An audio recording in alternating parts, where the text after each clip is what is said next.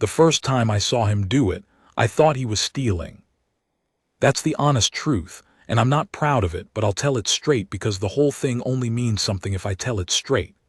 I saw a royal guard slip out of a service door at 5:30 in the morning with something hidden under his coat, looking left and right like a man who didn't want to be seen, and I thought, there's one on the take. Even them. Even the watch. I actually felt let down about it, which is funny now, given what it turned out to be. Let me back up. You won't follow any of it unless I set the place first. I worked the kitchens at Harrowgate Palace.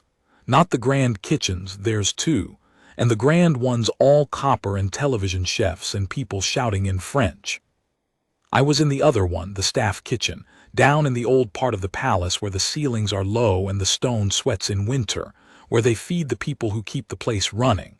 The cleaners, the groundsmen, the laundry women, the drivers, the ones nobody photographs. I'd been down there 11 years, peeling and chopping and washing up, part of the machinery that makes a palace look effortless to everyone who only ever sees the front of it. You learn a place from below. That's a thing people don't understand about palaces. The tourists see the front, the gold, the gates, the men in scarlet, and they think that's the palace. It isn't. The palace is the part underneath, the warren of low corridors and back stairs and storerooms where 200 or 300 people work their whole lives to hold the gold up. I knew those corridors better than I knew my own street. I knew which doors stuck. I knew the one radiator that worked and the dozen that didn't. I knew that the grand kitchen threw out enough food in a week to feed the whole of below stairs for a month, and that there were rules, strict ones, about how none of it was ever to come down to us, because that would be theft, and the people at the bottom don't get to call it waste. Only the people at the top get to call it that. 11 years. I'd seen controllers come and go, and footmen come and go, and I'd buried 2 of the old laundry women and watched their daughters take their places at the same presses. Below stairs at Harrowgate was a village, really. We knew each other's troubles. We covered each other's shifts when a child was sick. We were poor and we were proud and we were invisible, and most of the time the invisible part suited us fine, because being seen by the people upstairs usually meant being seen as a problem. Harrowgate's not a famous palace. Veldenmark's a small northern kingdom, cold 9 months of the year, proud the way the cold small kingdoms always are. The palace sits up on a rise over the old town with the wind coming at it off the gray sea, and in winter, and this story's a winter story, the whole place is dark by 4 in the afternoon, and the frost gets into the stone and stays there till spring. That particular winter was the worst I can remember, hard, long, and cruel with it. And the thing nobody outside the walls knew, the thing I want you to hold on to, is that a palace can be a cold place to work in more ways than the weather. Because there'd been changes that year. A new controller, that's the money man, the one who runs the household budget, had come in talking about efficiencies. And efficiencies is a word that always sounds clean from the top and lands hard at the bottom. They'd cut the staff meal. Used to be, if you worked below stairs at Harrowgate, you got fed a proper hot meal in the middle of your shift, part of the bargain, the way it had been for 100 years. The new man did his sums and decided it was a cost the household could shed. So they shed it, just like that. 100-odd people on the lowest wages in the kingdom, working 12-hour shifts in a freezing palace, and now they brought their own bread from home or they went hungry. And a lot of them, that winter, with prices what they were, went hungry. I saw it. I worked that kitchen. I saw grown men make a heel of bread last a shift. I saw a laundry woman called Greta, 60-odd, hands like a navvy's, faint clean away one afternoon over the steam press, and when they brought her round she was embarrassed more than anything, kept saying she'd just come over funny, and I knew, everyone knew, she'd not eaten properly in days. That was the palace that winter. Gold on the front and hunger down the back, the way it's probably always been if we're honest, only that year somebody'd made it worse with a spreadsheet. I want to tell you a bit more about Greta because she matters, and because she's the kind of person these stories usually leave out. She'd been at Harrowgate 41 years. 41. She'd started in the laundry as a girl, and she'd never done anything else, and she'd never wanted to. And she was proud of her work in a way that's gone out of the world now. She could iron a thing so it looked like it had never been worn. She knew every trick for every stain. She taught half the women down there everything they knew. And the new controller had looked at a woman who'd given 41 years to the place and seen a line on a page, a cost, a number to bring down. The cut meal hit her hardest because she lived alone, her husband long gone, her pension years off, and the staff meal had been, I worked out later, more or less the one proper hot meal she got in a day. They took it away to save the price of a few sacks of potatoes a week, and they never once thought about Greta, because thinking about Greta was nobody's job. The morning she fainted, I gave her my own lunch. Didn't make a thing of it, just put it by her without a word the way you do. She tried to give it back, I wouldn't take it. And she looked at me with these tired, wet eyes and said, "It's not the hunger, love, I can do hungry. I've done hungry before. It's that nobody upstairs even knows we're down here going without. That's the cold bit, not the belly, the being forgotten." And she ate the sandwich and went back to her press. And I've never forgotten that, the being forgotten. Because that's the thing this whole story turned out to be about. Right, the guard. The Veldenmark Royal Watch, same as everywhere, the bearskins and the scarlet, the standing still, the tourists in summer. In winter there's hardly any tourists, but the guard stands anyway, because that's the point of them, they stand whether anyone's watching or not. And there was one of them I'd started to notice that winter, on the early relief, the worst shift, the dead cold dark of 5 in the morning to whenever the sun bothered to come up. I noticed him because I was on the same miserable shift. I started at 5, getting the staff kitchen going, and from the little high window above my sink I could see a slice of the service yard, and there he'd be, on the yard post, a tall figure gone almost black against the frost, standing his watch while the rest of the world had the sense to be asleep. I didn't know his name then. Found it out later, Corporal Joss Harlan.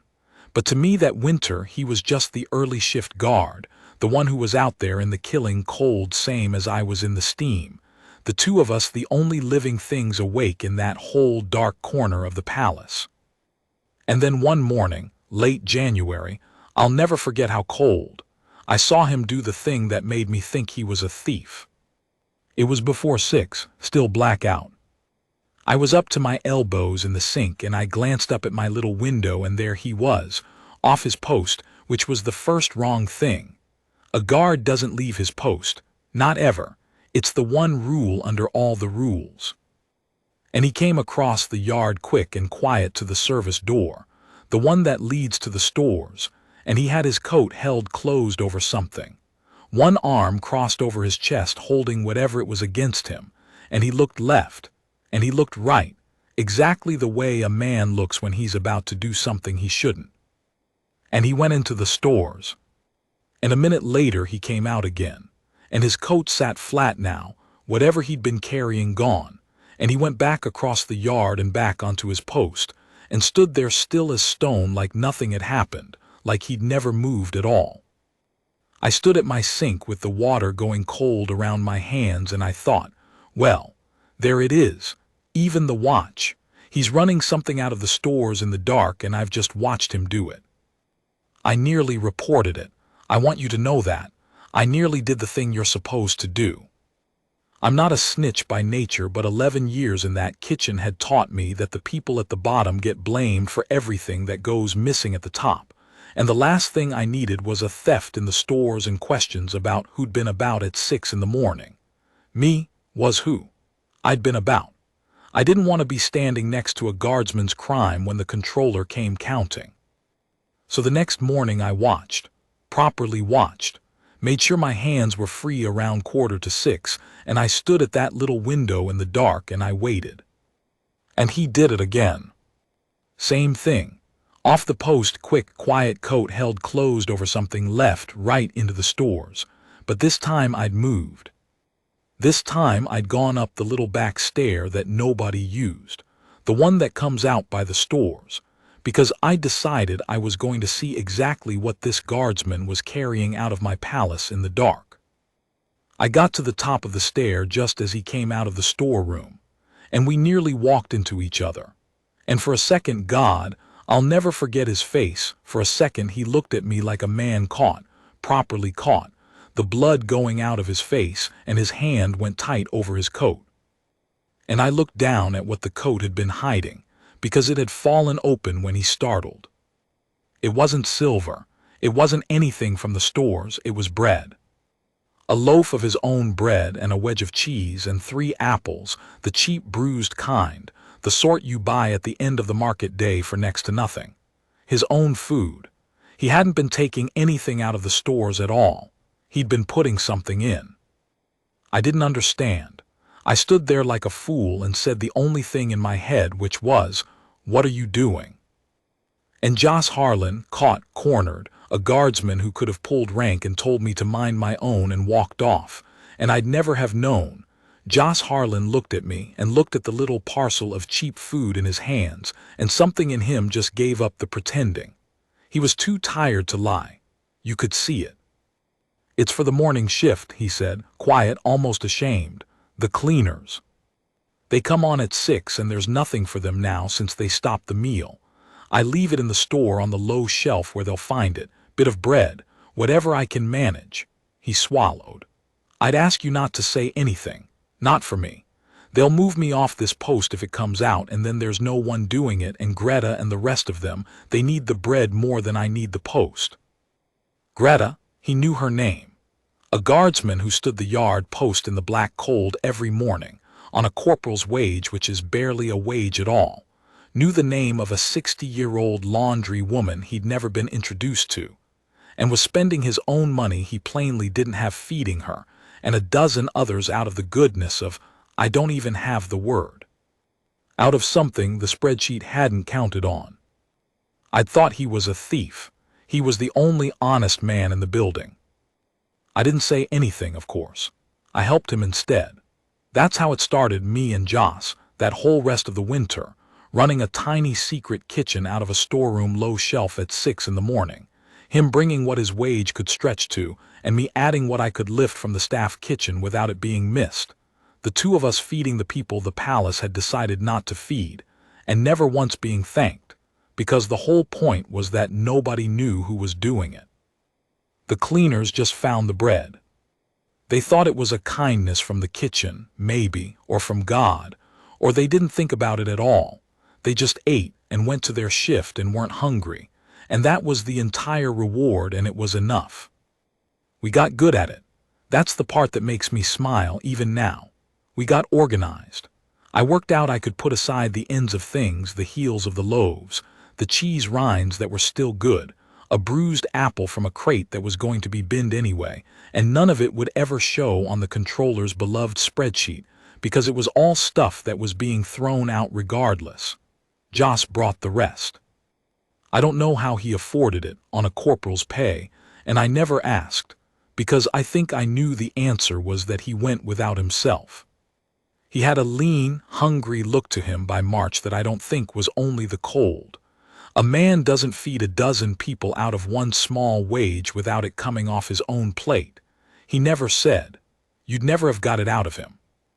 We worked out a system for the days he couldn't get off his post, a folded bit of paper under the low shelf, a mark on it, so I'd know to do the morning alone. We worked out which of the early cleaners to half trust, because by February the cleaners had started leaving things back. That got me, that did. A clean folded cloth one morning to wrap the bread in, a jar with a screw lid so it'd keep better. Once a single egg, hard-boiled, left on the shelf by someone who had next to nothing and wanted to put something into the pot that fed them. They didn't know who they were thanking. They just knew someone was looking out for them and they wanted to look out back. That's the thing about kindness done in the dark. It doesn't stay one way for long. It catches. Greta worked it out before anyone, I think. She never said so to me directly. But one morning she caught my eye across the staff kitchen and she had a heel of fresh bread in her hand from the low shelf and she just nodded at me. Slow. Once. And her eyes were wet again, the way they'd been the day she fainted, except not the same, not the forgotten kind, the other kind. And I nodded back and neither of us said a word, and that was the whole conversation, and it was the best one I had that entire winter. That went on for weeks, and I thought that was the story. A good man and a low shelf and a hard winter. I thought that was all it was ever going to be. I had no idea anyone else had noticed. I certainly never imagined who. Because one morning in February, black, freezing, frost on the inside of my little window, I went up the back stair with my bit of contraband bread, the way I had a dozen times by then, and I came round the corner to the storeroom low shelf, and Joss was already there, crouched down, laying out his cheap apples in a row. And standing behind him in the dark, watching, in a plain dark coat with no one else about, was the prince. The actual prince, Prince Aldrich. The heir to the throne of Veldenmark.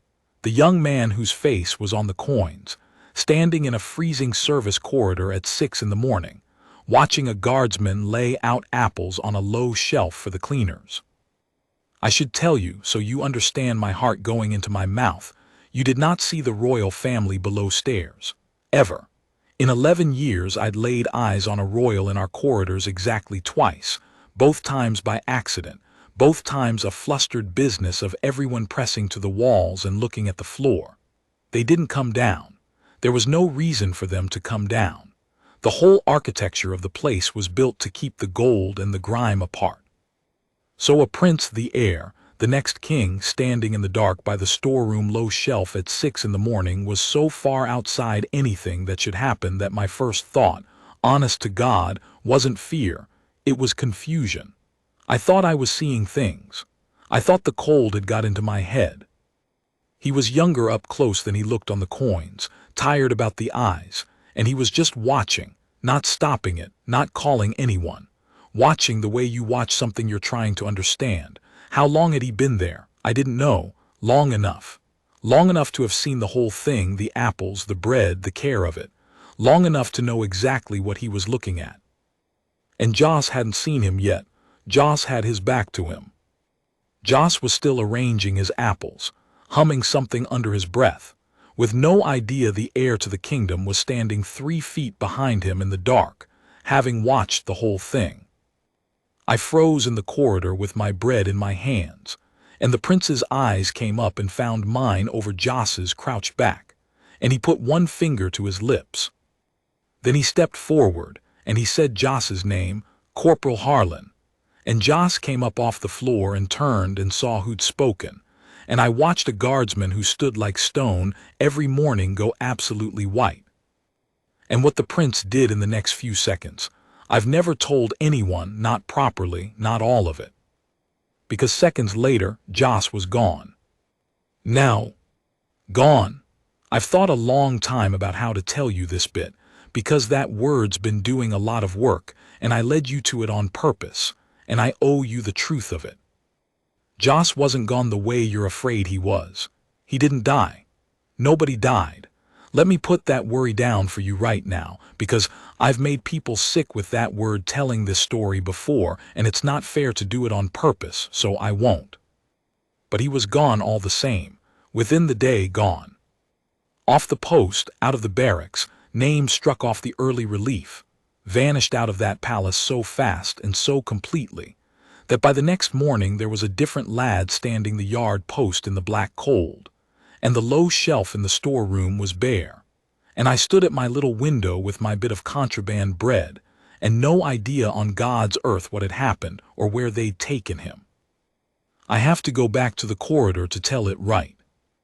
So the prince says, Corporal Harlan, and Joss comes up off the floor and turns and goes white as the frost on the window, and for a second nobody moves. 3 of us in a freezing service corridor at 6 in the morning, a prince, a guardsman, and me with my bread, and the apples in a sad little row on the low shelf between us. And Joss does the thing that tells you everything about him. He doesn't explain. He doesn't beg. He goes, I watched him do it, he goes to attention.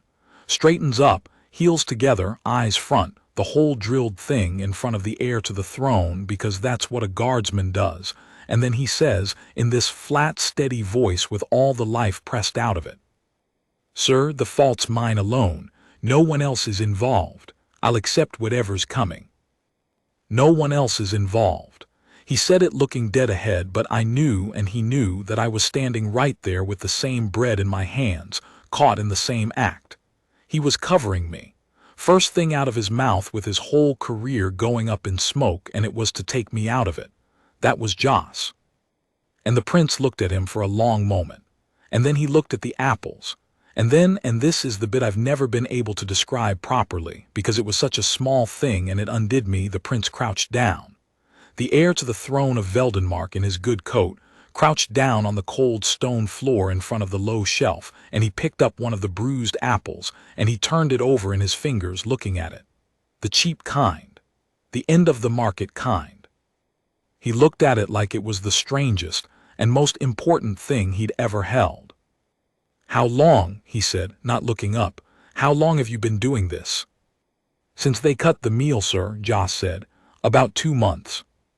"Out of your own wage?" "It's not much, sir. It's just bread." And the prince stood up, slow, still holding the apple, and he looked at Joss, and there was something working in his face that I couldn't read at the time and have spent a long while since trying to. It wasn't anger. I was braced for anger. It was something harder than anger and quieter, and when he finally spoke, his voice had gone rough at the edges. "My household," he said, "stopped feeding the people who hold this house up, to save money, and nobody told me. Nobody thought I'd want to know." He turned the apple over again. "And a corporal on a corporal's wage has been quietly covering for them every morning before dawn, so that the people I'm responsible for don't faint at their work from hunger. And he's been doing it secretly so as not to embarrass anyone, a breath you could see in the cold air, including me." "That wasn't Joss started. "I know it wasn't your intention, Corporal, that's rather the point." And the prince put the apple in his coat pocket, kept it, I saw him do it. "Come with me." And that was it. That was the seconds later. He took Joss with him, out of the corridor, up toward the part of the palace where people like me don't go, and the door closed behind them, and Joss Harlan walked out of the world I shared with him and into the world above stairs. And by that evening, the whispers were already running through below stairs that the early shift guard had been marched off by the prince himself at 6 in the morning, and nobody knew why, and everybody assumed the worst. Because that's how it reads, isn't it, from below? A guard caught doing something he shouldn't, taken away by a royal, gone by nightfall. Down where we lived, that only ever meant one thing: disgrace, dismissal, some poor sod made an example of. We'd seen it before, not for kindness, for other things, but we'd seen men vanish like that and never come back and learn not to ask. So when Joss vanished, the whole below stairs grieved him quietly, the way we grieved anyone the machine swallowed, and the bread stopped appearing on the low shelf, and the cleaners came on at 6 to nothing again, and Greta caught my eye across the steam that first bare morning, and the look on her face, God! The forgotten look was back, worse than before. Because now they'd had the kindness and lost it, and that's crueler than never having it. And I think she'd guessed, the way she guessed everything, that whoever had been doing it had been caught and punished for it. And I couldn't tell her any different, because I didn't know any different. I just knew Joss was gone, and the shelf was bare, and I'd watched a prince pocket a bruised apple, and walk my friend away into a part of the palace I'd never see. I'll tell you what those next few days were like, because the waiting's part of the story. I kept doing the shelf, on my own, with just what I could scrape from the staff kitchen, which wasn't enough for a dozen, so I had to choose, and choosing who gets bread and who doesn't is a thing I wouldn't wish on anyone. I gave Greta's lot the most because Greta needed it most, and because some stubborn part of me wanted to keep the thing alive that Joss had started, even if it was only a candle of it now. And I waited for the axe. Because I knew that no one else's involved had bought me a day, maybe 2. But if they were taking it seriously, if there was going to be an inquiry, somebody would look at who else was about the stores at 6 in the morning, and that was me, and I'd be next out the door, 11 years in all. It came on the third day, not the way I expected. The controller sent for me. The new man, the spreadsheet man, the one who'd cut the meal in the first place. His name was Mr. Vance, Aldous Vance, and he had an office up on the household floor with a carpet so thick you couldn't hear your own feet, and he kept me standing while he sat, which men like that do on purpose, and he looked at me over his glasses for a while before he spoke, letting me sweat. "You work the staff kitchen," he said. "You're aware, I think, of an unauthorized distribution of food from the stores, early mornings, involving the guardsman who's been removed." I didn't say anything. I'd learned that much in 11 years. You don't fill the silence for a man like that. You make him do his own work. "I'm conducting a review," Vance said. "Theft of household provisions is a serious matter. The guardsman has gone. But he didn't act alone. These things never are one person, and I intend to find out who in the kitchen was assisting him. And when I do, that person will be dismissed without reference and reported to the magistrate, because I will not have a culture of pilfering in a household I am responsible for." He took his glasses off. "So, while we're alone, and before this becomes formal, is there anything you'd like to tell me?" And there it was. He thought he had me. He thought I'd crack, confess, or inform, give him a name to throw to the magistrate, anything to save my own skin. He'd cut the meal to save a few sacks of potatoes, and now he was going to ruin a person's life over a few loaves of charity bread, and he genuinely believed he was the one upholding standards. That's the thing about the Vances of this world. They never think they're the villain. They think they're the only adult in the room. And I stood on his thick carpet, 11 years of my life in his hands, with Greta and the cleaners and the whole below-stairs village behind me, and I made the decision that I was not going to be the one who handed Joss Harlan to a magistrate, whatever it cost me. If I was going down, I was going down with my mouth shut, the way Joss had gone, taking no one with me. "No," I said, "there's nothing I'd like to tell you." Vance's face went tight. "Think very carefully. Loyalty to a thief is not a virtue, it's a crime." "He wasn't a thief," I said, "and I shouldn't have. I should have kept my mouth shut, but it came out of me before I could stop it. 11 years of swallowing things, and that one wouldn't swallow. He used his own food, his own money. He never took a thing out of your stores. He put things in. The only thing that went missing in that storeroom all winter, Mr. Vance, was the meal you took off people who'd given their whole lives to this place. That's the theft. If you want to report a theft to the magistrate, report that one." The room went very quiet. I'd done it now. I could see my 11 years walking out the door, the reference gone, the magistrate, all of it, and I found, standing there, that I didn't actually care, that there was a strange, clean lightness to finally having said it out loud to the one man who needed to hear it. Vance opened his mouth, and the door behind me opened first. I didn't turn round. I watched Vance's face instead, and I watched Vance's face change, watched the color go out of it, watched the certainty fall off it, watched a man who'd kept me standing on his carpet to make me feel small suddenly get to his feet very fast indeed and lower his head. "Your Royal Highness," Vance said. I didn't expect." "No," said a voice behind me, the prince's voice. "You didn't. Sit down, Mr. Vance. We're going to have a conversation, the three of us, about theft. I've been looking forward to it." And I turned round, and there in the doorway of the controller's office stood Prince Aldrich, and just behind him, in a clean uniform, alive, not disgraced, not gone, looking about as bewildered as I felt, stood Corporal Joss Harlan. I have stood in some strange rooms in my life, but I have never stood in a stranger one than that office in the next 10 minutes. Crail was on his feet, head down, all the carpet-thick certainty gone out of him. The prince came in and didn't sit, just stood, and Joss stood behind him by the door in his clean uniform, plainly having no more idea than I did why he was there, the two of us exchanging this one quick glance that said, "Are you all right? I don't know, are you? Neither of us has the faintest idea what's happening." Mr. Crail, the prince said, I've spent the last 3 days going through the household accounts, properly, line by line, which I'm ashamed to say no one in my family has done in some years. We left it to men like you and trusted you, and that was our mistake. He set a folder down on Crail's own desk. Do you know what the staff meal cost? The one you cut? I do now. I had the figure worked out. It came to less across a whole year than the household spends on cut flowers for the state rooms in a single month. Crail opened his mouth. Flowers, the prince said, that are thrown away after 4 days. I checked that too. He let it sit. You cut the food off the backs of the people who keep this house standing, to save a sum we waste on flowers nobody remembers. And you called it an efficiency, and you put it in a report, and you were, I'm told, rather proud of it. Your Highness, the savings across the full budget. I'm sure the savings were real, Mr. Crail. That's what frightens me about you.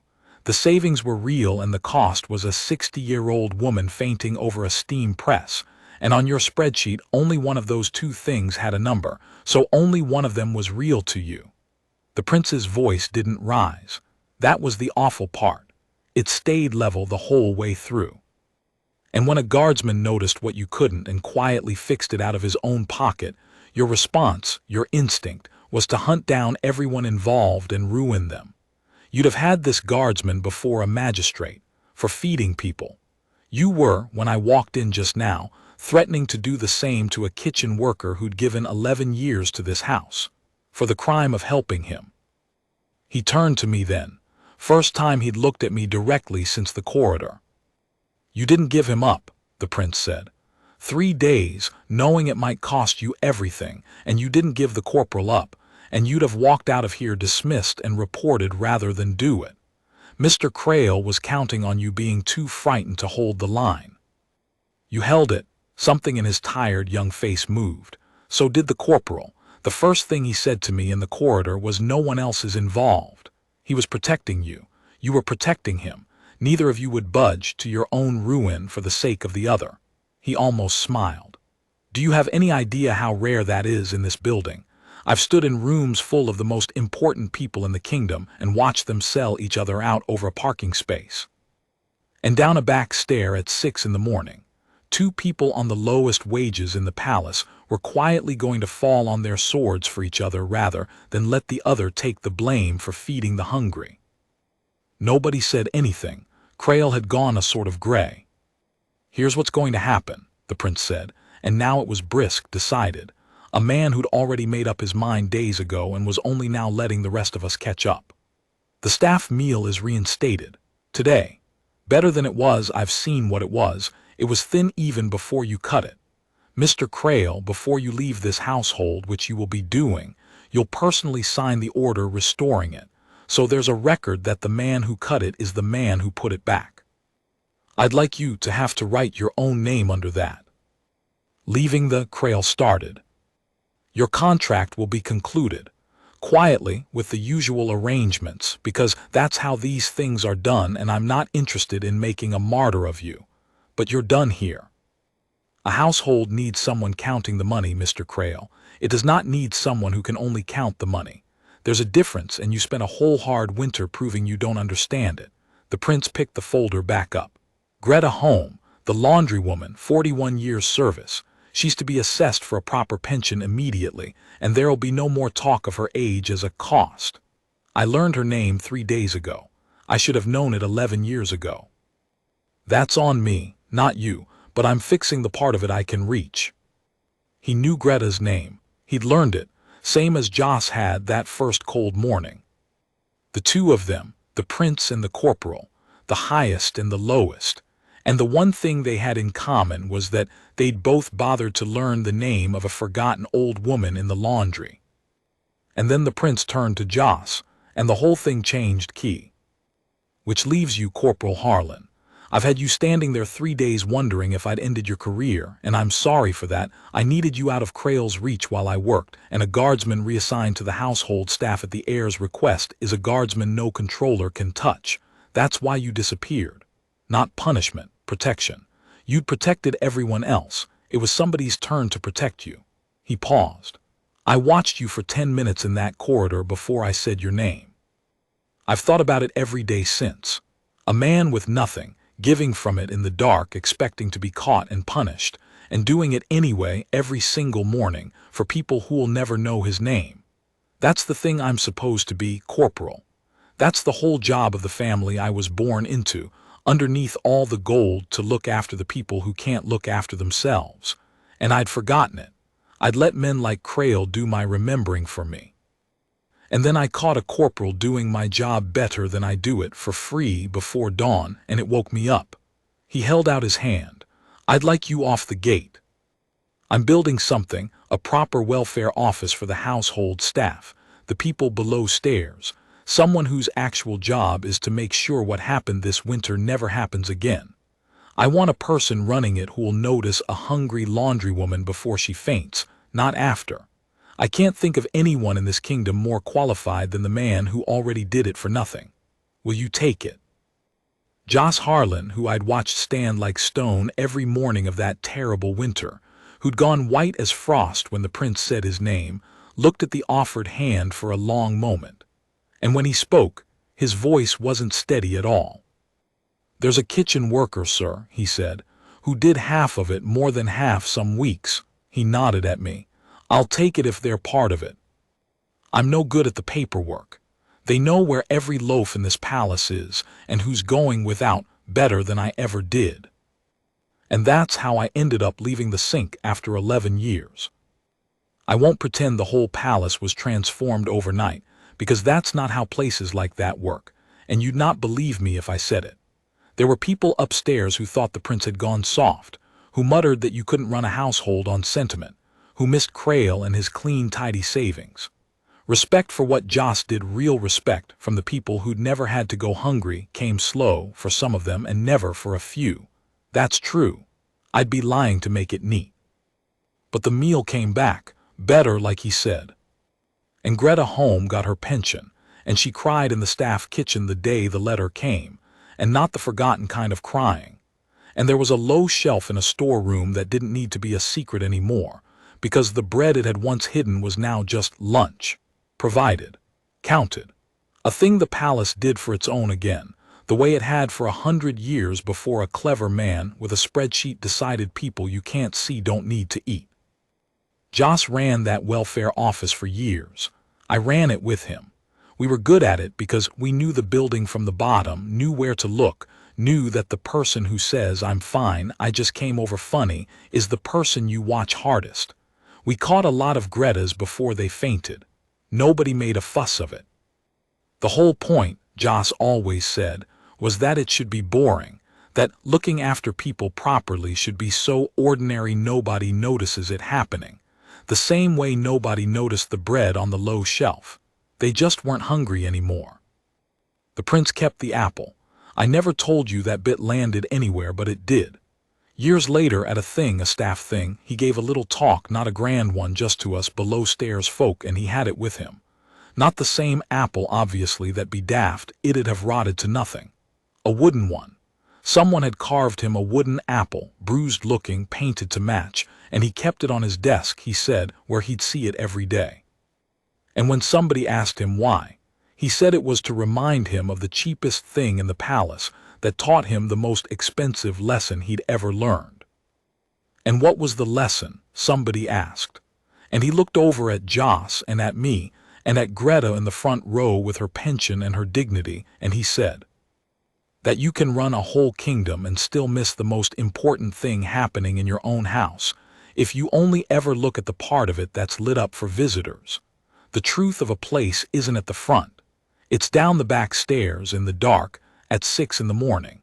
And the measure of you isn't the gold you stand in front of.